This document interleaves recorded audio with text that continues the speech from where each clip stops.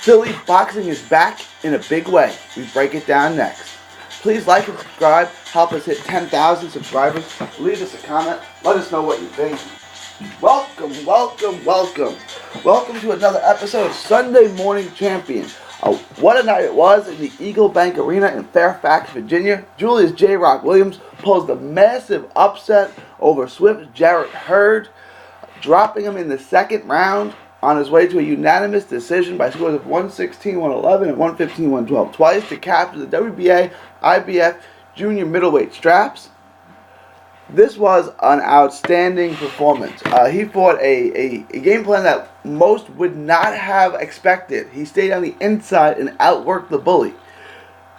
We got to speak to Breadman, Stephen Edwards, the trainer of Julian Williams, after the fight, and he said they wanted to replicate the Shane Mosley versus Antonio Margarito performance. They did an excellent job of that. They said they wanted to get in, cut his punches off, smother his punches, and outwork him on the inside. It's exactly what they did. It worked beautifully. Not many of us, self included, thought that JRoc was capable of such a near-perfect performance. Especially fighting like that, fighting on the inside, it goes against traditional logic, but it makes a lot of sense. Smother his punches. Don't let him get the leverage. Don't let him extend his punches and beat him up on the inside. Didn't think it would work. Didn't think J Rock Williams had the chance to sustain that. But it worked to perfection. It was some performance. Just as a performance, this may have been the best performance, execution of the game plan we've seen this year. And it was also may have been the best fight of the year thus far. I think it was the best fight of the year. There was a tie. Second round. Swift Hurd is knocked down. He's hurt. He can say he wasn't hurt. It just hit him on the top of the head. He was hurt. And you saw JRoc follow up with a couple big shots as the round ended. JRoc had him in trouble. Then you saw Swift come back in the third. JRoc won the fourth, and then in the fifth, sixth round, that seventh round, you saw Swift Hurd starting to change the tide. And it looked like he started to beat him up, started to break him down. I said after the sixth round that this fight's not going to go the distance, and eventually JRoc's going to break down and Hurd's going to get him out. That was not the case. JRoc responded beautifully. 8th, 9th, 10th, 11th, 12th round. We had him sweeping all those rounds. We had a 116-111 for JRoc. What a masterful performance by the Philly guy. A great game plan by the Breadman and a great execution of that game plan by JRoc. I mean, this was a near perfect performance. No one, he was 7-1 underdog, and you guys, y'all can say what you want. No one gave JRoc a chance to win this fight. You say, okay, it's a good opponent, top 10 junior middleweight. Hurd should have little problem with him. He'll get him out. Sooner or later he'll get him out. Man, JRoc executed that game plan perfectly. Any questions about his chin? That's been answered. There were no worries about the whiskers on JRoc's chin. Excellent performance all around. Again, I thought if he was going to win this fight, which he wasn't. I thought he was going to have to be using movement. The quicker, more athletic fighter. He was going to have to circle and tie up on the inside. He actually had to fight the entire fight on the inside. So again, this was an amazing performance. This really was. And it's going to be interesting to see if other fighters now can pull off. Has the blueprint been drawn to beat this guy? Have they executed that? That's going to be interesting. If I'm Jarrett Hurd, I don't know that I rush into this fight, into a rematch. There's a rematch clause. I don't know that I'm that eager. I mean, look, I still think Hurd beats Jamel Charlo. Maybe try to get that fight if Charlo wins. He's already destroyed Harrison. Maybe try to get the winner of that fight. I don't know that you want to jump right back into a rematch. The guy just execute the game plan perfectly to beat you. I'm not saying he should duck it, but I'm saying that we'll take the other fight first.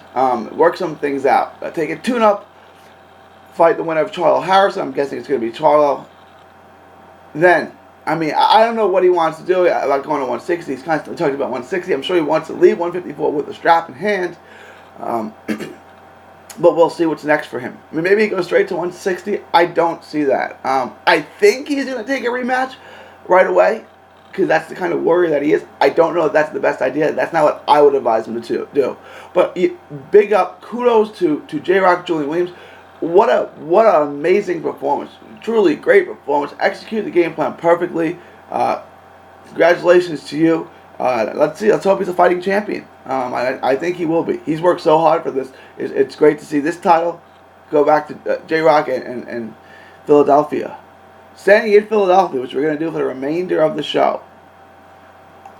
On the undercard, junior featherweight, 122-pounder, Philly-based 24-year-old Stephen Cool Boy Fulton put on a show, a clinic of hand speed and footwork to capture the vacant IBO world title, 122-pound world title, taking a unanimous decision over Paulus and Bunda. Fulton has become a staple on PBC undercards. He fought on the Keith Thurman versus Josecito Lopez undercard, as well as the Brandon Figueroa versus Oscar Escondón card. A fight that we'll get back to, a very interesting fight we'll touch on in a minute. But Fulton already has a win early in his career over Josh Don't Blink Greer Jr. Josh Greer was our 2017 Prospect of the Year. Fulton beat him. Greer Jr. wants to rematch. Don't Blink wants to rematch. Fulton says if Greer wants to come up to 122, Don't Blink campaign's at 118 now. He can certainly get a rematch. Fulton's big for the size. Fulton's big for 122, and he's got all the skills and the hand speed. He's got that Philly style. He's a great athlete, and he's big for the size. Good speed, good pop. He doesn't have a whole lot of knockouts, but he's got good pop. You can see that he doesn't really follow up as well as he could, but he does everything really well. Great footwork, great hand speed, good pop, throws nice combinations. This guy's going to be a big risk at 122. He's going to be a tough out for anyone at 122. On the PBC side, they have Rigo and Brandon Figueroa.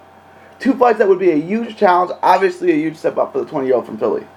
But if Fulton, those are two fights that could make him a star, right? If he could win those fights, I'm not saying that he would. If he could, and I think that he could, not that he definitely would, but he could, that would make him a star. A match between him and Texas-based Brandon Figueroa, that fight would be something else. That would be a great fight. You'd have Fulton with his speed and reflexes against Figueroa's come forward, relentless style. That would be a fight of the year type of fight. That would be like Gary Russell versus Leo Santa Cruz at 126. That'd be a great fight. I'm not saying Fulton would win that fight. I'm saying he could win that fight. Figueroa is a great fighter. We give Figueroa all the props in the world, but Fulton is that good. Guys, if you haven't seen him, check him out. Stephen Fulton is legitimate. And then, Cool Boy and Fulton said he's open to fighting both those guys. But what he really wants is WBA IBF champ Daniel Roman. And again, I think he's ready. I think he's ready to start fighting world champions. Guys, go back and watch this fight on the Herb Williams undercard. It's all there. The skills are clicking right now. He comes from the right gym, Philly-based fighter. He's going to be a tough out for anyone. Again, Daniel Roman, it'd be a great fight. Not saying Fulton could beat him. Not saying he would beat him. Not saying he definitely beats him, that's for sure. But he could win. If you don't believe me, go check out this kid. Go watch some of his fights on YouTube. He is legit, and he's got great snap, hand speed, the footwork is phenomenal. Everything he does is really, really good. He's tough to beat. He's going to be a threat to anyone at 122 for years to come. So the future is bright for Philly. This kid's 24. You got JRoc, who's captain of the title. Obviously, you have Danny Garcia, of course, reestablishing himself as a top 5, probably, definitely top 10, 147-pounder, making a statement and destroying and stopping Adrian Granados. Stopping Granados, I thought, was Garcia's best performance, the best performance of his career at 147. Take away what he did at 140. Just his fights at 147, I think his destruction of Granados was his best performance at 147. I thought that was going to be a tough fight. I really thought it was going to go the distance. But Danny styled on Granados. Beat him, got the stoppage in round 7. Then, of course, this fan favorite, our only 3-time fighter of the week, Tevin Farmer, the American Idol. He's fighting every few months. He has earned a much-needed break, but he's a fighting champion. He's a fighting champion that makes the fighting city of Philadelphia proud. He's exactly what a champion should be. He fights all the time. He and Eddie are trying to entice Tank Davis into a mega fight. That's exactly the fight the American Idol needs. That's exactly what Farmer needs. Catapult him into superstar. He has the style. He's got the backstory. He's got the personality to be a mega superstar in the sport. The quintessential boxer with unique defensive skills and reflexes who is just now learning to sit down on his punches. He's a threat to anyone and he can be a star. But he needs a win over a guy like Tank Davis. He needs that win. Not saying he can beat Tank, but he could potentially beat Tank. His style is problematic for anyone. He is so tough to hit, and now he's starting to sit down on his punches, and he's tough. He's really tough. Look, we waved the flag for our home state of Texas hardcore. You'll know this on this show. We do a Texas show. We are Texas fight fans, but we don't ever hide. We are Texans, and we love Texans, but we give credit where credit is due. And Philly has earned that in the last couple of months, especially this Saturday night in Fairfax, Virginia at the Eagle Bank Arena when two Philly guys stole the show, put on tremendous shows. So Philly fighting is back. Philly boxing is back. Philly, the great fight town, is proving to be just that. Please like and subscribe. Help us hit 10,000 subscribers. Leave us a comment. Please share with a friend to help us hit that 10,000 mark.